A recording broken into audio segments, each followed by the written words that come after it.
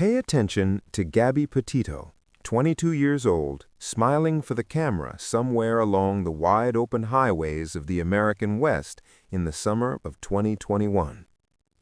She is beautiful, carefree, living out a dream she had planned for years, traveling the country in a converted white Ford Sprinter van with the man she loved, documenting every sunrise and every national park for her growing audience online. She looks happy. She looks safe. She looks like a young woman with her whole life stretched out before her. She has less than 3 weeks left to live. Because Brian Laundrie, the man driving that van, the man who put an engagement ring on her finger, the man her mother hugged goodbye in a Long Island driveway that July morning, had already begun to unravel. And Gabby, alone with him in the wilderness, had nowhere left to run. Gabrielle Venora Petito was born on March 19, 1999, and grew up in Blue Point, New York. She was the kind of girl who lit up every room she entered, warm, creative, deeply expressive, with a passion for art, photography, and the idea that life was meant to be explored. She began dating Brian Laundrie in 2019, a man she had known since high school. Her friends and family noticed early on that she was unusually private about the relationship. By the time she let people in, it was clear things had already grown very serious very fast. About 9 months into dating, the couple made the decision to move from Gabby's hometown in New York all the way to Florida to be closer to Brian's family. That decision, quiet as it seemed at the time, would slowly begin to pull Gabby away from every person who truly knew her. Brian Christopher Laundrie was 23 years old, lean and quiet, with dark eyes and the kind of stillness that people sometimes mistake for calm.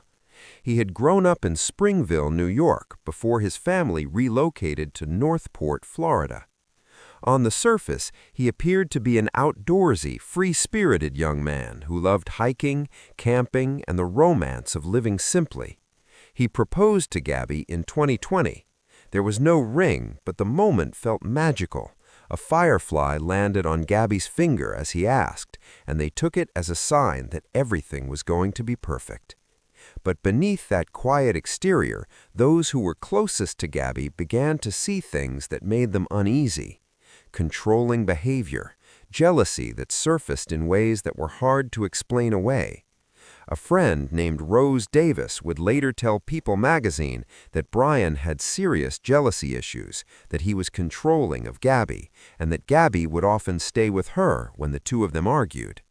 But Gabby loved him, and love, sometimes, makes the warning signs invisible until it is far too late.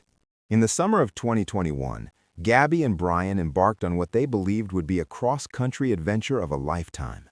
In their decked-out Sprinter van, the young couple set out to visit the country's national parks, chronicling their journey along the way on social media, capturing one breathtaking image after another. Gabby posted to her YouTube channel called Nomadic Static and shared photos on Instagram.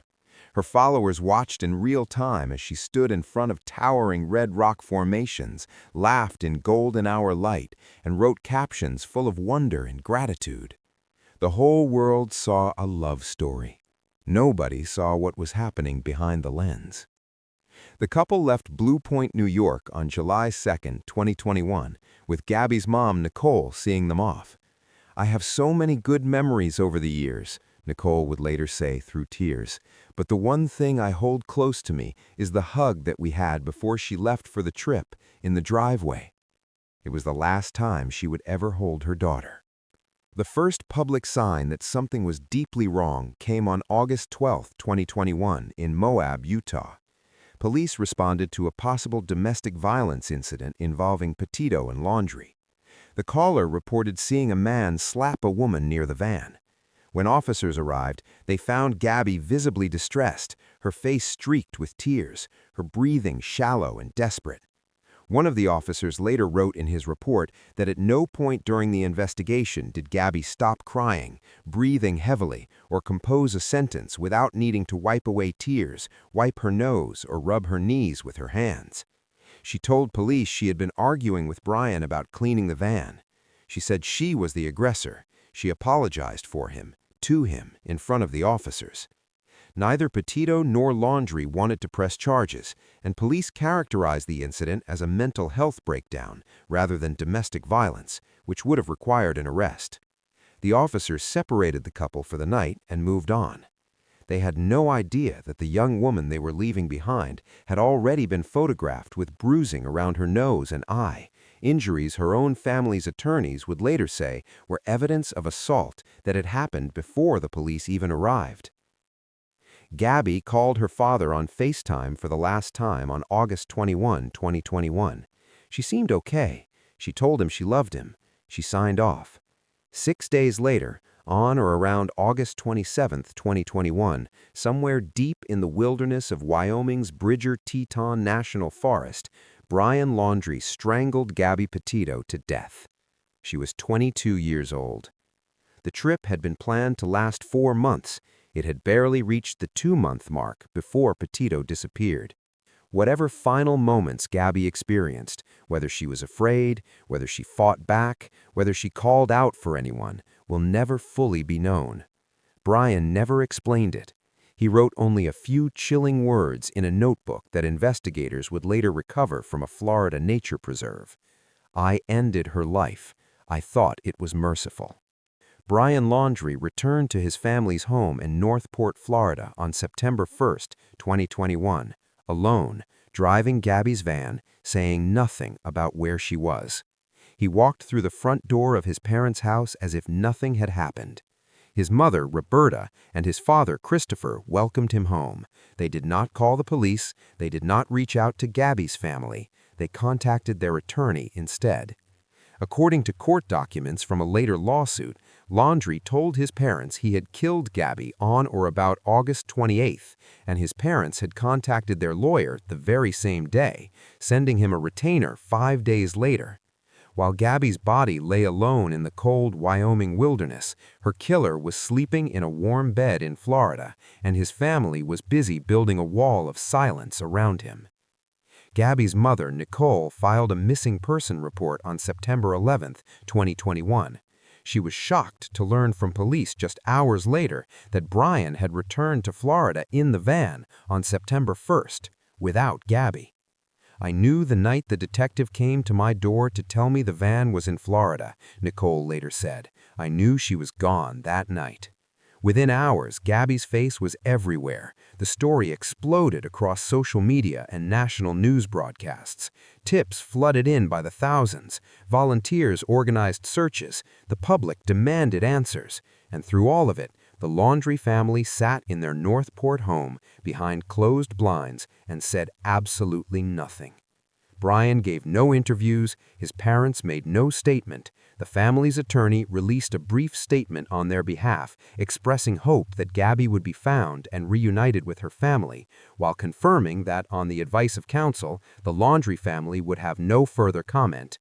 The silence was deafening, and it was damning. The FBI named Brian Laundrie a person of interest in the case. Law enforcement descended on the Laundrie home, executing a search warrant and spending hours inside the property. Investigators processed the couple's van. Forensic teams went to work. The world watched. And then, just as the pressure on Brian became unbearable, he vanished. On September 17, 2021, Brian's parents reported him missing. They told police they believed he had gone hiking at the Carlton Reserve, despite his car being found parked at a different location entirely, at Myakkahatchee Creek Environmental Park. Over 50 law enforcement officers, FBI agents, and eventually even Dog the Bounty Hunter joined the search across Florida's vast wetlands and nature preserves. For weeks, they found nothing. On September 19, 2021, human remains were discovered in Teton County, Wyoming, consistent with the description of Gabby Petito. Days later, the Teton County coroner officially confirmed the remains were those of Gabby Petito and announced that her cause of death was strangulation and the manner of death was homicide. The coroner estimated that her body had been left in the wilderness for 3 to 4 weeks before it was found. She had been lying there alone, while her family had been on television, pleading for anyone with information to come forward. She had been lying there alone, while Brian sat in his parents' house, saying nothing. On October 20, 2021, after water had receded from a previously flooded section of the Myakkahatchee Creek Environmental Park, investigators discovered human remains along with a backpack, a notebook, and a revolver. The remains were confirmed to be Brian Laundrie's. On November 23, 2021, the Laundrie family attorney announced that Brian had died of a self-inflicted gunshot wound to the head. He had escaped justice in the most permanent way possible. He would never stand trial. He would never face Gabby's parents in a courtroom. He would never be made to explain what happened in those final moments in Wyoming. But the notebook he left behind told enough. The FBI confirmed that a review of the notebook revealed written statements by Brian Laundrie claiming responsibility for Gabby Petito's death. And investigators also uncovered one final act of cruelty. After Gabby's death, Brian had sent text messages from both his own phone and Gabby's phone in an attempt to deceive law enforcement into believing she was still alive. Even after killing her, he had used her voice as a weapon. On November 17, 2022, a wrongful death claim brought by Gabby's estate against Brian's estate resulted in an award of $3 million. The recovery of that amount remained unlikely given Brian's minimal assets, but Gabby's parents pursued justice in every arena available to them. They also filed a lawsuit against Brian's parents, Christopher and Roberta Laundrie, alleging that the family had known what Brian had done and had withheld information that could have led to Gabby being found sooner. A letter from Roberta Laundrie to her son, later admitted into evidence, was labeled "Burn After Reading," and Gabby's family's attorneys claimed it referenced an offer to help bury a body. Whether the full truth of what the Laundrie family knew and when they knew it will ever be completely exposed remains one of the most haunting open questions of the entire case. In the aftermath of Gabby's death, her parents established the Gabby Petito Foundation, a nonprofit aimed at supporting the search for other missing persons and helping victims of domestic violence. They channeled their grief into purpose, refusing to let their daughter's name become only a symbol of tragedy. They wanted it to stand for something more. They wanted it to help someone else's daughter come home. The case also sparked a national conversation about the disturbing disparity in media attention given to missing white women compared to missing people of color. Several outlets compared Gabby's case to the approximately 710 indigenous people reported missing in or near the same Wyoming location between 2011 and 2020, highlighting the stark contrast in coverage. Gabby's own father, initially uncomfortable with the conversation, later recognized the disparity it underscored and began using his platform to advocate for the missing who never make the front page. Gabby Petito wanted to show the world that life was beautiful. She wanted to document the mountains and the open roads and the golden light of a country she loved. She wanted to share joy. Instead, her story became a window into the darkness that can hide inside the most intimate relationships, behind the most carefully curated images, and beneath the surface of a life that looks, from the outside, like a perfect dream. She was not just a victim, she was a daughter, a friend, a creative spirit who deserved to grow old, to see more sunrises, to find a love that was actually safe. The man who killed her is gone, and the wilderness where she took her last breath has grown over in the years since then. But Gabby Petito's name will not be forgotten. Not by her family, not by the thousands of strangers who searched for her, and not by the world that watched, helpless and heartbroken, as the truth slowly came to light.